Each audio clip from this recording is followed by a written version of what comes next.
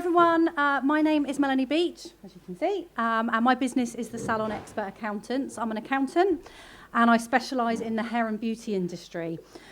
So I have many salon clients and I look after both the compliance side of things, so bookkeeping, payroll, VAT, year-end accounts, as well as more the business side of things, so helping salon owners understand their numbers. And very much at the moment, the self-employed model, it's very fashionable, so for want of a better expression. And I've got some clients that have the self-employed model, some that have the employed model, and some hybrid salons as well. And I've got one particular client who's switching from employed to self-employed right this moment. So I've been doing lots of research on it. And tonight I'm going to walk you through what can go wrong with the self-employed model. Some of the relevant rules and legislation, I'm only going to touch on some of them because there's lots, and what steps you can take to protect your business.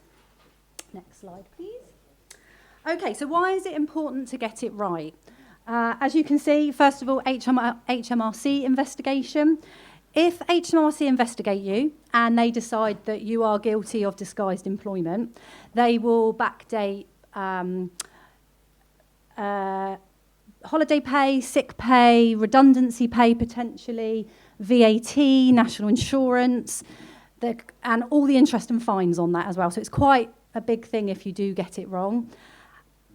However, the likelihood of an HMRC investigation, in my opinion, is quite low. They don't have any people. Honestly, they have no... Have you tried to get through on the helpline? I can sing the music, like, off by heart. However, more likely is a disgruntled chair enter. So don't think this won't happen to you. You know, sometimes things go sour. And when they leave, and they've had a few bevies on a Saturday night, and they're on the computer, it is free and easy for them to register a tribunal request on gov.uk. So this, in my opinion, is more likely to happen, and this is where most tribunals come from, not from HMRC investigations, but from individuals applying.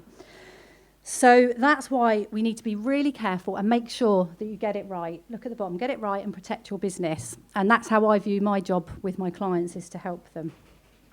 If we could have the next slide, please. So this is just some of the relevant legislation. We've got IR35 legislation, that is the disguised employment legislation.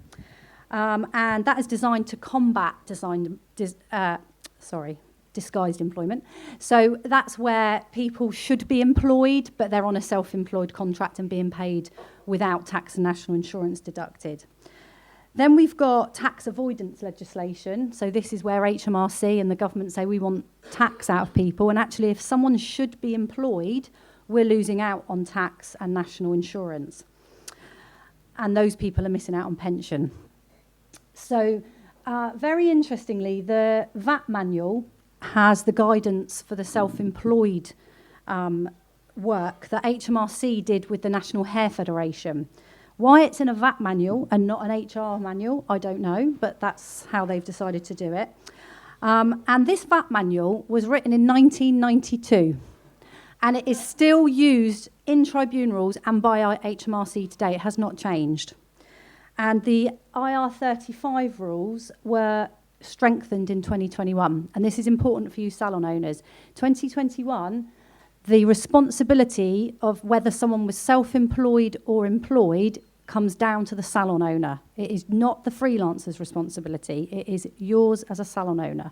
So this is why it's really important that you understand the rules and that you apply it. So as I said, tribunals use the guidance written in this VAT manual to assess the cases. And we're going to look at that now, if we can go on to the next slide.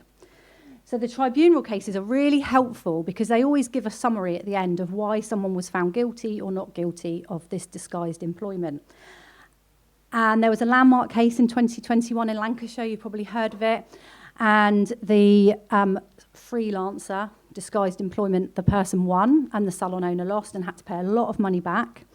And what we learnt from that case was mostly around the setting of hours. This person was told what hours they could work, what treatments they could provide or services they could provide, lots of other things, but this is how we learn it.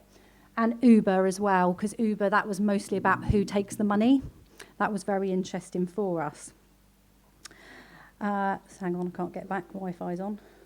There we go. And so the tribunals help us see how these rules are applied in day-to-day life. So that's why we look to them. If you go away with anything today, this is what I want you to remember. It's a landlord-tenant agreement. And this is what has become very clear from the tribunals is, yes, we can look at the minute detail of the rules, but really, do you view the self-employed, the freelancers in your salon as an extension of your team, or do you view them as your tenant? And that is what HMRC will always look at. That comes first in their investigations.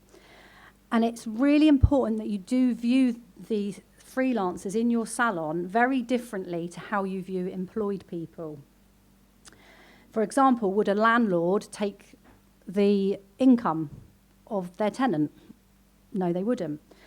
Would a landlord set the working hours of a tenant? Unlikely, unless there's planning rules around it. So it's really just getting you to think about, how do I view my relationship with this freelancer? And is it a landlord-tenant relationship? If we can go on to the next.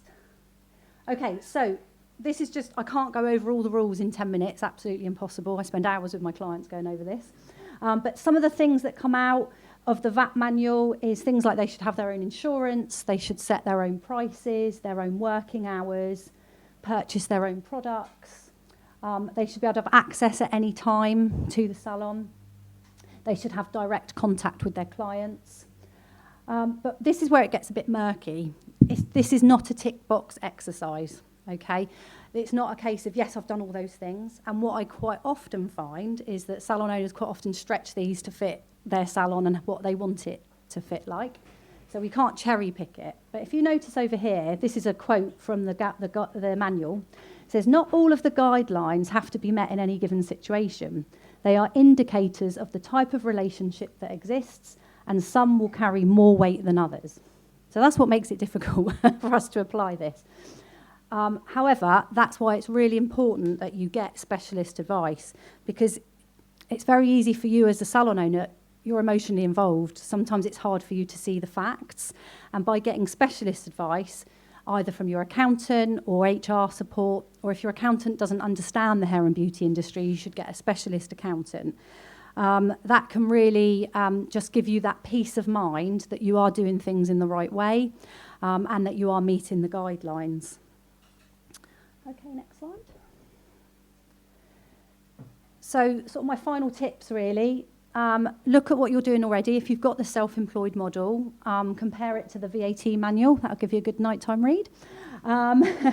Avoid cherry picking the convenient rules. You know, like I said earlier, it is about that relationship. How do you view that relationship? Is it a landlord-tenant relationship? That's the most important thing. Something I didn't mention earlier is it's become very clear from the tribunals that a contract is not enough. It is more about the working relationship than it is about any contract that's in place.